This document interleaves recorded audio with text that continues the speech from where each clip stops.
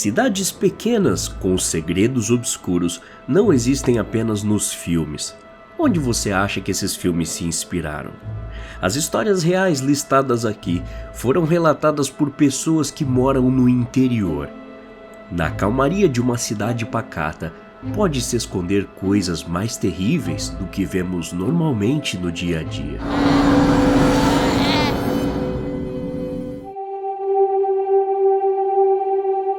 Na minha cidade, havia uma mãe com 4 meninas, de 12, 11, 7 e 5 anos.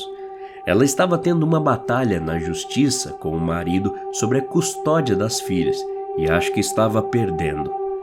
Poucos dias antes de ir para o julgamento que decidiria com quem ficariam as meninas, a mãe, que estava em casa ainda com elas, aproveitou que as meninas brincavam distraídas na sala para acender todas as bocas do fogão da cozinha. Deixou acesas por alguns minutos e incendiou a casa. Não funcionou muito bem para ela, porque acabou sobrevivendo, mas todas as 4 meninas morreram por inalação de fumaça. Seu único filho restante, um adolescente, conseguiu escapar do fogo. Todos da cidade ficaram sabendo em que parte do cemitério as meninas haviam sido enterradas e normalmente as pessoas iam lá para prestar homenagens. Periodicamente, vou aos seus túmulos para visitá-las também. Elas estão em uma fileira com 2 lápides, 4 fotinhas fofas delas sorrindo, tão bonitinhas, mortas brutalmente por uma mulher egoísta que queria se vingar de seu ex. Meu professor do colegial sempre contava essa história. Nos anos 80, na mesma escola em que eu estudava, havia um casal de nerds que tinha uma banda. Ambos eram perdidamente apaixonados um pelo outro e viviam com alguns instrumentos em mãos. Eles sempre caminhavam juntos para casa passando pelo parque. E um dia, andando por esse parque, que ficava logo atrás da escola, eles pararam e sentaram para conversar. Aparentemente, os dois estavam zoando um com o outro, e em determinado momento, a garota que estava com uma flauta assustou o menino, assoprando com força um instrumento enquanto ele estava distraído. Ele ficou irritado no mesmo instante, pegou a flauta da mão dela e enfiou no rosto da garota com força, causando uma torrente de sangue e fazendo os dois começarem a se agredir. Ele basicamente surtou e a espancou até a morte com a flauta. A história depois disso não é muito clara. Já se passaram anos desde que eu ouvi meu professor falando disso pela última vez. Mas lembro que o menino sumiu e os policiais deram um mandado de busca na casa do garoto.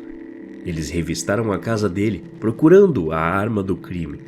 Depois foi descoberto que ele jogou a flauta em um lago ou algo parecido. O caso acabou sendo arquivado devido à dificuldade técnica do caso. Aparentemente, o cara fugiu para longe. Moro em uma cidade que está constantemente entre as 5 principais cidades do país em números de assassinato, estupro e violência em geral. Ouvi inúmeras histórias de crimes bizarros e conheço muitas pessoas que foram pessoalmente afetadas pela infestação de crimes lá, inclusive eu. Apenas alguns dos casos que conheço pessoalmente incluem um amigo meu que teve uma namorada de longa data que foi espancada, assassinada, desfigurada e depois jogada no rio.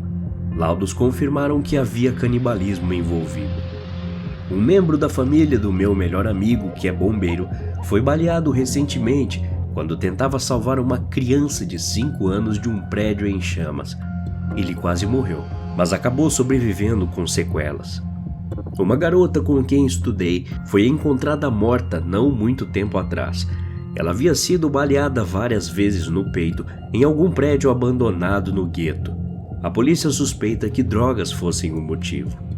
E por último, mas não menos importante, meu irmão está atualmente cumprindo pena na prisão por um assassinato em que esteve envolvido. Eu moro em uma cidade muito pequena e nada acontece aqui. Para ter noção, a coisa mais emocionante que temos é uma pista de boliche. É seguro dizer que, quando ouvi essa história, fiquei mais do que chocado. Nessa pequena cidade, na década de 1970, o namorado de uma mulher desapareceu. Ninguém conseguia encontrá-la em lugar nenhum. Acho que você deve supor o que ocorreu, não é mesmo? Acontece que ela ficou chateada com ele por algum motivo, cortou seu corpo inteiro e jogou os pedaços em vários lugares da cidade. Esqueci de mencionar que essa mulher era uma açougueira de um mercado local e sua casa ficava logo atrás da loja onde ela trabalhava. É uma coisa horrível de se imaginar. Por causa disso, muitas pessoas pararam de ir a essa loja depois que todo o crime foi revelado.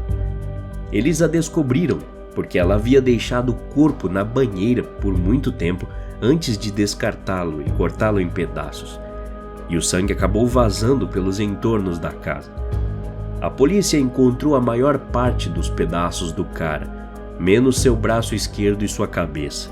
Eles até drenaram uma barragem que fica perto da cidade procurando, mas não estava lá. Hoje em dia, tenho medo de tropeçar em uma mão esquelética ou em um crânio em algum lugar agora, embora saiba que não é muito provável. O mais doido é que essa mulher aparentemente saiu impune. Ela alegou insanidade e eles simplesmente a deixaram ir, e ela fugiu da cidade. É assustador pensar nisso. Ela poderia, do nada, voltar ou fazer o mesmo com algum outro coitado de outra cidade. Eu sei que os anos 70 foram uma época diferente, mas não desse jeito. Essa é a coisa mais assustadora que eu já ouvi do meu pai, que é um ex-policial. Ele trabalhou em uma das delegacias locais por alguns anos antes de se mudar para outro emprego. Enquanto estava trabalhando no turno da noite em um sábado, recebeu um chamado de várias pessoas de um bairro reclamando de barulho. Como isso não era nada incomum, ele não estava com muita pressa de chegar lá. A única coisa estranha sobre o chamado era que os vizinhos disseram que parecia que alguém estava usando um cortador de grama há mais de 2 horas sem parar. Meu pai vai até a casa em questão e caminha até a porta, a encontrando um pouco aberta. Antes de continuar, deixe-me falar sobre os ocupantes dessa casa. Era um casal de 20 e poucos anos. O marido tinha acabado de voltar do serviço e a esposa era contadora em algum lugar que não é importante para a história. Enquanto o marido ainda estava fora, ele descobriu que sua esposa o estava traindo com seu melhor amigo. Então, quando voltou, ele fez o que qualquer cara normal faria. Comprou um vestido novo para ela e a chamou para eles saírem em um jantar caro. Enquanto estavam fora, ele se certificou de que sua mulher ficasse bastante bêbada e, como precaução, colocou algumas pílulas de Boa Noite Cinderela na bebida dela. Eles foram embora e ela desmaiou no carro. Ele a levou para casa e a carregou até a sala, a deitou no sofá e tirou todas suas roupas. Foi para a garagem, pegou sua motosserra e correu de volta para sua amada esposa. Depois de cortá-la minuciosamente com a motosserra, ele foi para a varanda dos fundos e tirou sua própria vida com uma escopeta de cano duplo. Então, quando meu pai bateu na porta e ela se abriu um pouco mais, ele viu a bagunça sangrenta que há poucas horas atrás era apenas a sala de estar do casal. Ele ligou para pedir reforços e os outros policiais chegaram lá bem rápido. Isso aconteceu em um complexo de apartamentos popular que normalmente alunos da faculdade próxima usavam para morar. Um cara pensou que seu colega de quarto estava roubando o dinheiro dele. Então, disse a esse colega que iria sair da cidade para as férias de primavera, mas na verdade estava em seu quarto com um pé de cabra atrás da porta, esperando para bater no cara quando ele entrasse para pegar suas coisas. O colega de quarto entra, o cara pula com o pé de cabra e então, sem pensar muito, o rapaz que iria apanhar saca uma arma e o mata. A mãe do primeiro cara chama a polícia para ver o que estava acontecendo, já que seu filho nunca mais voltou para casa. O colega de quarto calmamente deixa a polícia entrar e os leva direto para o corpo, que estava deitado na cama se decompondo por uma semana. Até a próxima. Obrigado.